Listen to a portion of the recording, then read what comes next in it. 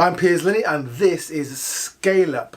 Scale Ups. What do you need to scale up? What are the most important factors you need to think about to grow or scale up your business? So what I thought I'd do is go through them. There's 5 in the next 5 videos. So I'm going to start with a bit of an introduction, and the first one's on planning. You need to have a plan, clearly. So let's get into it.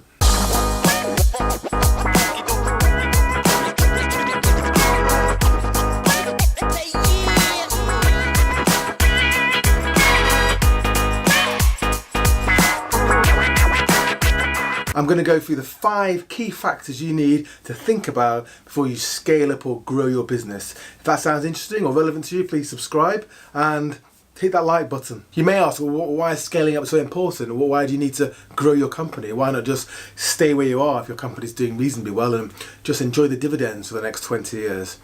And the point is this, the first one is that growth is important to your personal wealth, it's important to the economy, it's important to job creation, it's important to innovation, it's important to staying ahead of the competition, attracting talent and keeping talent as well.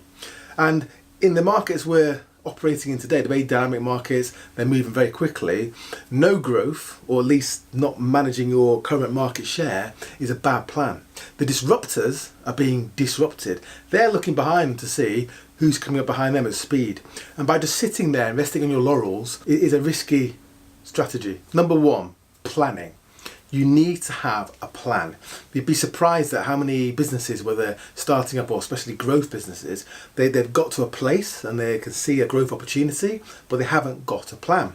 And when they try and grow, they haven't got the financing in place, or they haven't got the right people or the right team. They haven't got processes and policies or the right compliance in place, and the wheels fall off. So you need to know what your point B looks like from your point A. And the route map between the two is your business plan. Having a clear destination at a point B from your point A, the goal, the objective that your team bought into, and they understand how to execute the plan that you've put together to get there, helps you make more efficient decisions. So it's very easy if you're an entrepreneur to be distracted.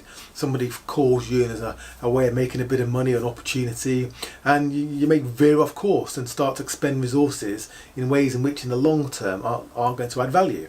And the point is that if the action doesn't help you or doesn't move you in the direction of point B, your destination, then don't do it. Don't be distracted. You hear a lot on the internet about straight line growth. It's about the fastest place from one point to the next one is a straight line. Now, you're not going to grow in a straight line. You are going to meander. Often you want to find the path of least resistance, like a river does. That's why they meander. Straight line growth is very, very rare. And even the big success stories, they reinvent their origin story or they reinvent their history so it looks like that. It isn't, and don't expect it to be. And when you embark on that journey, you need to take people with you. There's no point you writing a business plan and having it in your head unless you communicate to the people involved and you get buy-in and you take them on a journey with you. So great having a plan if you're the captain of the ship, but if your crew don't know where you're going, if the crew haven't seen your map, then you're probably going to hit the rocks. So the point is, take your employees, your key stakeholders like lenders or your shareholders, even your suppliers, even customers in some cases, explain the plan and take them with you on the journey. So how do you grow? How do you plan? What do you write a plan about? And there's lots of different options, but let's go through the basic ones. So the first one is do more of what you've already been doing. Sell more, do more of the same. This is potentially about sales and marketing. Yes, you may need to hire better people or more experienced people or improve your customer service, but sell. And business, and lots of people forget this, is about selling stuff. Sales and marketing, especially in digital sales and marketing or online funnels, depending what you do, if you start to invest more money in sales and marketing, and if you're a B2B business in a sales function or sales team, then you need to manage the data and the performance very, very carefully. So use that data and put in systems and processes and management so you actually know what's going on. So as you invest money in sales and marketing, you understand whether it's working or not. You can see the return on the investment, and at some point it'll carry on growing and it'll begin to taper off. And then you think about what you do in terms of growing from there. Sales is the process and marketing is very much a science. And if you don't understand that, you need to bring people on board that do. M&A, mergers and acquisitions. You don't have to grow sale by sale, customer by customer. Lots of companies grow by acquiring a competition or acquiring a business that adds value to their business, or they vertically integrate by buying someone else's supply chain. There's lots of ways of growing your business, but with mergers and acquisitions, and this is what I used to do for a living, they can come great risk. So when you're looking at the 5 key factors I'm going through in my videos, look at those in terms of your due diligence checklist as well. Because if you buy the wrong company, or you buy the right company but then mess it up, or don't understand that company or the culture or its customers or its processes, you can find that whatever you paid for it turns out to be too much.